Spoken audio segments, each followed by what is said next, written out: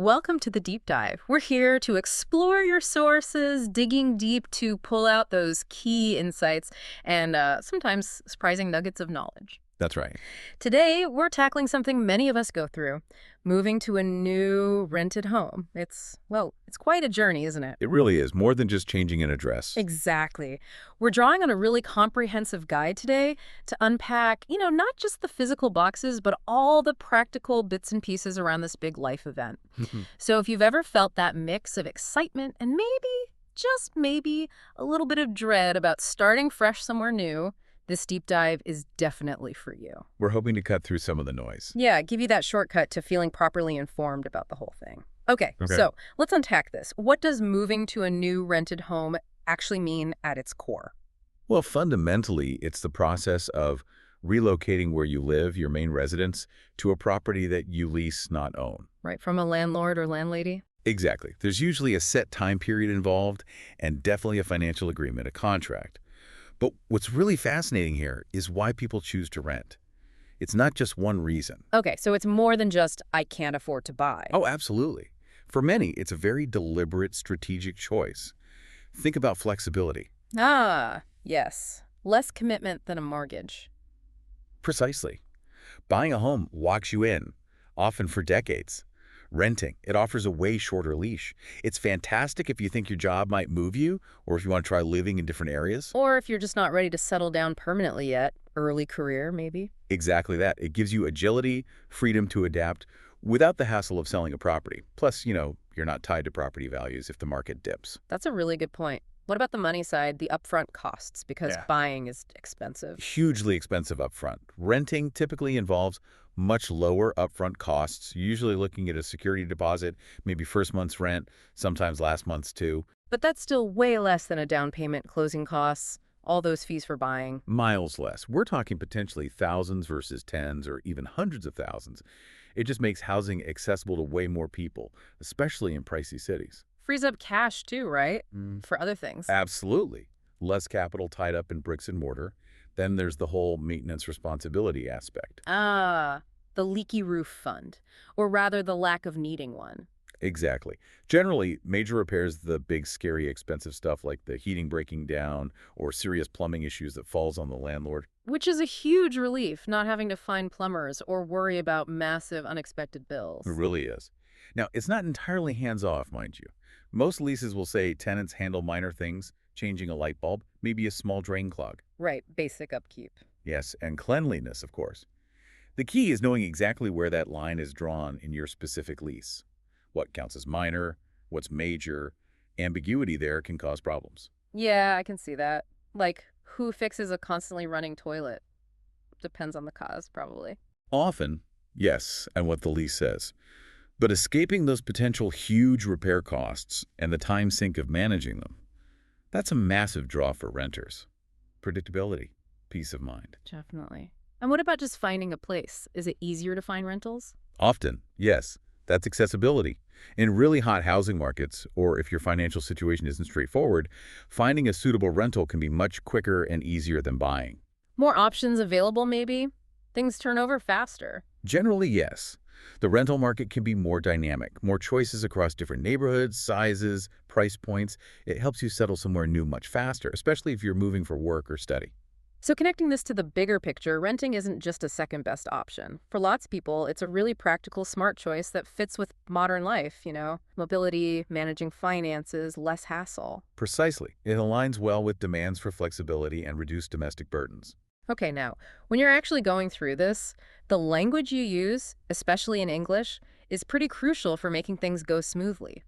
Let's talk about some common phrases. Yes, these phrases carry weight. They signal intent and your current status in the process. A really common one you'll hear or say is, I am moving into a new apartment. It sounds simple, but it signals that immediate personal shift. You're entering, starting something new. The moving into part really emphasizes arrival, doesn't it? Beginning that new chapter. Yeah, it's different from moving out of, which is clearly about leaving. So saying I'm moving into highlights the start of that journey. It feels active, present. And once you're there, you might say, this is my new rented house. What's interesting there is the word my. Right. Even though you don't own it legally, you say my house. Exactly. It taps into that basic human need for personal space, for belonging. Using my creates a sense of psychological ownership. It makes the space yours emotionally. Transforms it from just walls and a roof into your sanctuary. And notice the difference between apartment, usually in a larger building, and house, typically standalone. That choice of word sets different expectations about space, maybe privacy, maybe even a yard. Yeah. My house implies something different than my apartment. That sense of my is powerful. Okay, then there's a really critical one. I signed a rental agreement. The legal commitment. This is huge. It really emphasizes that this isn't just a casual nod. It's a formal, binding contract. Both you and the landlord are now obligated to stick to the terms. It's the moment it becomes real, legally speaking. I like the analogy you used earlier. It's like starting a new job or a course. There's always that initial phase of paperwork, signing things, agreeing to terms before the actual work or experience begins. That's it. Signing the agreement lays down that legal foundation. It sets the rules of the game for your tenancy. And understanding all this, the language, the concepts, it's about more than just moving, isn't it? Absolutely. If we connect this to the broader picture, mastering this stuff gives you a vital skill, navigating new systems, new environments. Which is pretty essential these days. Incredibly. Think about understanding public transport in a new city or deciphering any kind of official document. It's about feeling empowered and confident when you're in unfamiliar territory. It's much more than just vocabulary. Okay, so you've done the groundwork, you get the basics, and now you're ready to actually look at places. The next big moment is meeting the landlord or landlady, that first impression. Hugely important, yes. How you come across right at the start can really influence everything that follows. So arriving on time, maybe a few minutes early. Definitely. Taking a breath, looking presentable. Then a clear, polite opening. Something simple like, hello, I am here to see the apartment. Direct, professional. Exactly. It shows respect for their time, signals you're serious. It sets a good tone. And once you're past the initial hello, it's going to turn to money pretty quick, right? Almost certainly. And you need to be ready with the right questions. Like the slightly awkward one. Is the rent negotiable? Yeah, people sometimes hesitate to ask, but you definitely can. Whether they say yes depends, though. On what? Like how desperate they are to rent it. That's part of it. Market conditions. If places are flying off the shelf, probably not negotiable. If things are slow, you might have leverage. Also, how long a lease you'll sign. Longer lease may be a better deal. Sometimes. And your credentials. Good credit, solid references that can help too. It's always worth a polite ask. Worst they can say is no. And even if the rent itself isn't flexible, maybe ask for something else, like utilities included or something. That's a great tactic. Look for other areas to potentially save. But the absolute core question, the one you have to get clear is, how much is the monthly rent? Seems obvious, but yeah, need that exact number. And critically, what exactly does that number include? Are utilities, water, electricity, gas bundled in? Or are those extra? Because that can add up fast if they're separate. Big budget difference. Huge. Getting that crystal clear up front avoids nasty surprises later. You need to know the total cost of living there. Okay, and related to rent, the security deposit. You need to ask, do I need to pay a security deposit? Yes. This is that upfront sum, often 1 or 2 months' rent, but it varies. Its job is to protect the landlord against, actual damage you might cause beyond normal wear and tear. So not for like a tiny scuff mark on the wall? Generally, no. Yeah. More for things like a broken window, big stains on the carpet, or if you leave without paying your last month's rent. And they have to give it back, right? Minus any legit deductions. Yes. There are usually strict rules about when and how they return it, often with an itemized list if they keep any part of it. Knowing your rights there is really important. So let's be clear on this. A security deposit is not the same as paying rent in advance, right? Correct. A security deposit is held in case of issues and should ideally be returned. Advance rent, like paying the first and last month upfront, is just that prepaying rent. Different purpose, handled differently at the end of the lease. Exactly. Knowing the exact amount for each, what it covers, and the local rules is vital for managing your money and avoiding confusion. Okay, let's dig into some of that key vocabulary around leasing. Good idea. These terms are the building blocks. First, rent. Simple enough, the regular payment for using the property, usually monthly. Then, lease versus contract. People use them interchangeably sometimes. They do, but there's a nuance. A lease is specifically the agreement for renting property, usually for a fixed time. A contract is any legally binding agreement. So a lease is a contract, but focused on property rental. Precisely. Knowing that difference matters if you're ever looking at legal stuff, then deposit that upfront security money we just talked about. Got it. And utilities, water, electricity, gas, the essential. And always clarify. Included in rent or separate bills you have to manage. Super important. Finally, furnished or unfurnished. This one's a biggie for moving day. Massive impact. Furnished means it comes with furniture, maybe appliances, sometimes even dishes. Unfurnished is basically an empty shell. Yeah, that choice drastically changes things. Furnished is convenient if you're starting from scratch or moving far. Saves a lot of initial cost and hassle. But unfurnished gives you a blank canvas. You use your own stuff, make it completely yours. It's a trade-off. Depends entirely on your situation, your budget, your style. Okay, so beyond the money and the basics, when you meet the landlord, you have to talk about the rules, the expectations. Absolutely. This is about compatibility. Yeah. What questions should you prioritize here? Well, pets are a huge one from many people. Oh, yeah. Are pets allowed is often the first question. You need total clarity. Yeah. Any restrictions on size or breed? Is there extra pet rent or a pet deposit? Finding out later pets aren't allowed is heartbreaking. Definitely. And smoking. That's common too, right? Often banned indoors. Very common, especially in shared buildings. Sometimes even banned on balconies or the whole property. And parking. Don't forget parking. Is it available? Assigned? Guest parking? Any fees? Crucial if you have a car. I know someone who found a great place, then realized street parking was a nightmare. Added huge stress to their daily life. Ouch. So it's about daily practicalities, but also what about how things work? Yes. This raises an important question. What about maintenance procedures? Yeah. Who do you call if something breaks? Is there an emergency contact for after hours? Good point. And rules about, say, hanging pictures or noise levels. Exactly. Community guidelines in an apartment complex, trash disposal, using shared areas. It's all about ensuring the place and how it's managed actually fits your lifestyle before you commit. Making sure you're compatible. Yep. Okay, so you've asked the questions, you like the place, you've discussed the terms. Now comes the big moment. Signing the rental agreement. The point of commitment, yes. Let's look at the key words here. First, the agreement itself. That's the core understanding, right? Outlining everyone's rights and responsibilities. Duration, rent, rules, everything. Then your signature. That's the action that makes it legally binding. No going back easily after that. Pretty much. Your signature turns it into a formal contract, that legally enforceable document. It's the blueprint for your tenancy. And inside that contract are the terms and conditions, all the specific rules and clauses. Everything from rent payment details to notice periods, guest policies, maybe even paint colors, which is why you absolutely must read them carefully. Ah, yes. The cautionary tale time. You mentioned a friend. Oh, right. Yeah, my friend, so excited about her first rented house, she just skimmed the agreement. It was like 40 pages long. Oh. Months later, the landlord tells her she has to prune this enormous, overgrown oak tree in the yard. Turns out, buried deep in Clause 17B, subsection 3. No. Yep. Tenant responsible for all external landscaping, including tree maintenance.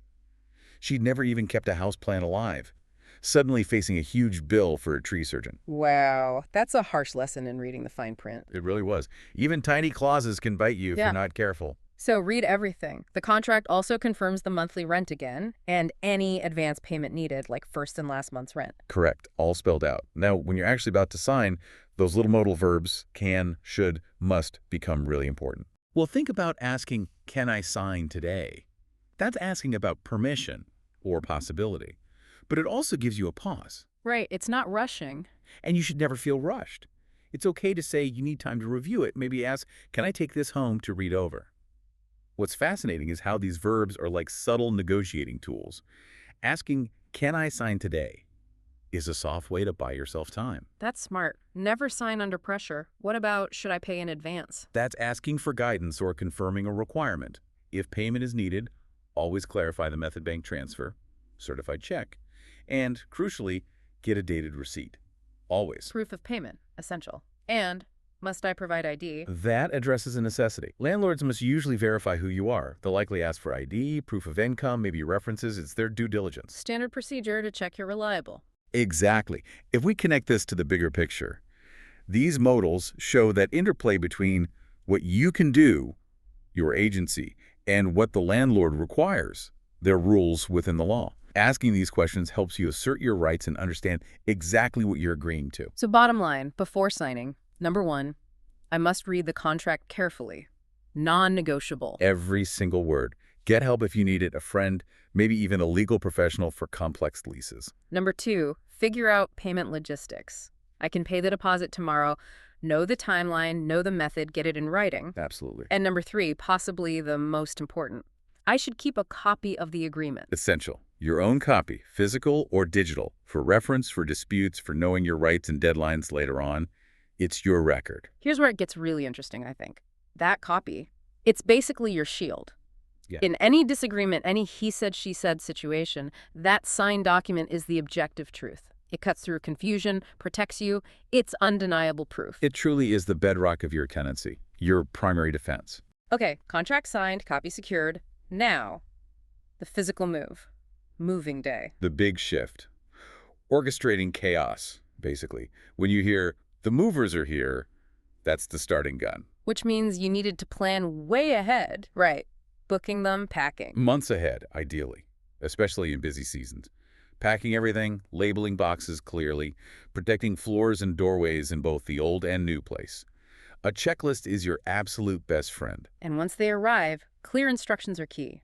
Please carry the boxes upstairs. Simple, polite, specific. Avoids everything getting dumped in the living room. Same with, where should we place the sofa?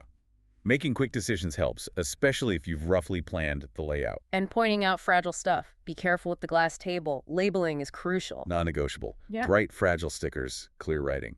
It's your last defense against something precious getting broken in the rush. Trust me on the stickers. It's like a dance, isn't it? A heavy, slightly stressful dance. That's a good way to put it. The choreography of moving day. Efficiency, safety, communication, all vital. Let's expand that moving day vocabulary. Okay. The truck is obvious, comes in all sizes. Need the right one. Crucial for cost and fitting everything. Then boxes. Not all boxes are equal. Book boxes, dish boxes, wardrobe boxes. Wardrobe boxes are genius. Save so much ironing. Then furniture, the big stuff. Beds, sofas, tables often need careful handling, maybe taking apart. Yep. And some things are fragile. Glassware, artwork, electronics. Need extra padding, careful placement, clear labeling. So important. And the main actions. Loading onto the truck and unloading off the truck. The core physical work. Needs to be done strategically to fit everything and avoid damage. And during all this chaos, you might meet your neighbors. Yeah. Moving day is often the first encounter. Maybe a bit awkward, but can be a good icebreaker. Definitely. Be ready for curious looks. Now, directing the movers often involves imperatives, short, clear commands. Like, lift it carefully. Focuses on safety and protecting the item. Or, don't scratch the floor. Protects the property itself. Good idea to walk through first. Note potential hazards. Yeah, cover those banisters. And simple things like, please open the door, just keep things flowing. What's fascinating is how vital these simple commands are. In a high-stress, noisy situation, they cut through, coordinate the team, prevent damage. They're the backbone of smooth on-site communication. Okay, mover's gone, truck driven away, you're surrounded by boxes. Now the fun, maybe slightly overwhelming part, arranging furniture, setting up. Yes, turning the empty space into your space. The creative part begins. We're talking about placing the key pieces. The sofa, probably the heart of the living room. The dining table and chairs for meals, for connection. The wardrobe for clothes. Curtains for privacy. The bed for rest. Essentials and practical things like kitchen shelves for organizing all your stuff. Imagine that feeling. Unwrapping your favorite armchair, putting it in that perfect spot you picture. Ah, yes, making the vision real. And you'll be making decisions constantly. Let's place the bed near the window. Thinking about light airflow. Or, can we move the sofa closer to the TV? Adjusting for how you actually live. For comfort. But sometimes you hit a wall. The wardrobe is too heavy. Recognizing limits. Knowing when to ask for help. This raises an important question, though, doesn't it? Balancing that dream layout with the reality of the rented space. Especially if it's small or oddly shaped. Oh, it's a constant puzzle. You might want a giant sofa, but the room only fits a love seat. It's about finding that sweet spot. Stylish, but practical and functional within the limits you have. Creative compromises are often needed. And English has all those great phrasal verbs for this stage. Yes, they capture the actions perfectly, like to set up. That means assembling or arranging something so it's ready to use. Set up the TV, set up your desk. Set up the Wi-Fi. Then to put up. That's usually about erecting or installing things, often vertically. Put up shelves, put up curtains, put up pictures, making it feel more personal. Exactly. The overall action is to move in, starting to live there. And once you're in, you need to plug in everything. Connect appliances to power. Lamps, chargers, kettle, microwave. Then, the big one, to unpack. Taking things out of boxes, finding places for them. Which can take forever. Haha. Sometimes feels like it. It's often a marathon, not a sprint. And while you're unpacking, you're also tidying up, making things neat, organizing the chaos. Creating order. This whole phase, it's more than just arranging stuff. It's psychological, turning a house into a home. Right. You'll be saying things like, I am unpacking my boxes, showing that ongoing process. Or, I am setting up the living room, focusing on getting one key area functional. We are putting up the curtains, adding those final touches of privacy and personality. If we connect this to the bigger picture, this is where the space really becomes yours. You imprint your routines, your style, it becomes your comfortable sanctuary. Okay, furniture in place, maybe some boxes still lurking. But you can't really live there without the essentials, utilities and services. The invisible infrastructure, absolutely critical. We're talking electricity, obviously. Power for everything. Gas, maybe for heating, cooking, hot water. Internet, non-negotiable these days for most people. Work, communication, entertainment. The water bill got to pay for that consumption. And all these come from a service provider, the power company, the internet company. And don't forget maintenance. Sometimes issues with these services need repairs, a leak, an outage, and you need to know who handles that. Imagine the relief, though, after moving day chaos, you flip a switch and the light comes on, or the Wi-Fi connects. Oh, it's a beautiful moment. That's when it starts feeling properly functional. But setting them up takes effort. Right. I need to set up the internet connection. Choosing a provider, booking installation, it can take time. Weeks sometimes. And paying bills. Where can I pay the electricity bill? Online. Direct debit. You need to figure out the system. And checking basics. Is the water supply regular? Quality and consistency matter. And a key tip. Check if you need to pay connection fees, or if there are old debts tied to the meter. Always get accounts in your name from day one. Good point. These admin tasks, they're not glamorous, but they are crucial for a smooth start. Avoids hassle later. Totally. And asking the right questions is key here. Using phrases starting with, where can I, helps find specific services or processes. Where can I register for gas? Where do I report a power outage? Exactly. And how much does it cost to? Essential for budgeting, comparing providers, setup fees, monthly charges. And when will the service start? Crucial for planning. You don't want to be without internet or hot water for days. Here's where it gets really interesting. Asking these questions proactively saves you so much potential stress and unexpected cost. It puts you in control. Okay, house is functional, utilities are on, maybe time to poke your head out the door and meet the neighbors. An often overlooked, but really valuable part of settling in can make a huge difference to your experience. How do you even start? Just knock on the door. Good do. Or just a simple, hello, I am your new neighbor, if you bump into them outside. Direct, friendly. Followed by the standard, nice to meet you. Exactly. Sometimes a practical need can be a good icebreaker. Can I borrow a screwdriver? Just moved in, everything's still packed. Shows you're human, opens the door for them to help, maybe offer help back later. Precisely. Builds a little connection. And English has some lovely idioms for this feeling of settling. Like home sweet home, that sigh of relief and contentment when you walk in. Or to feel at home, feeling comfortable, relaxed, like you belong there, even if it's new.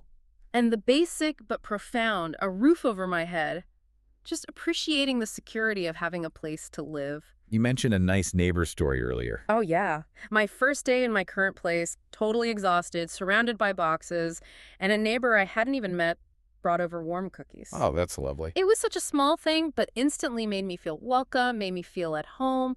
Little gestures make a big difference. They really do. And what's fascinating is how these small interactions build the foundation for a supportive community.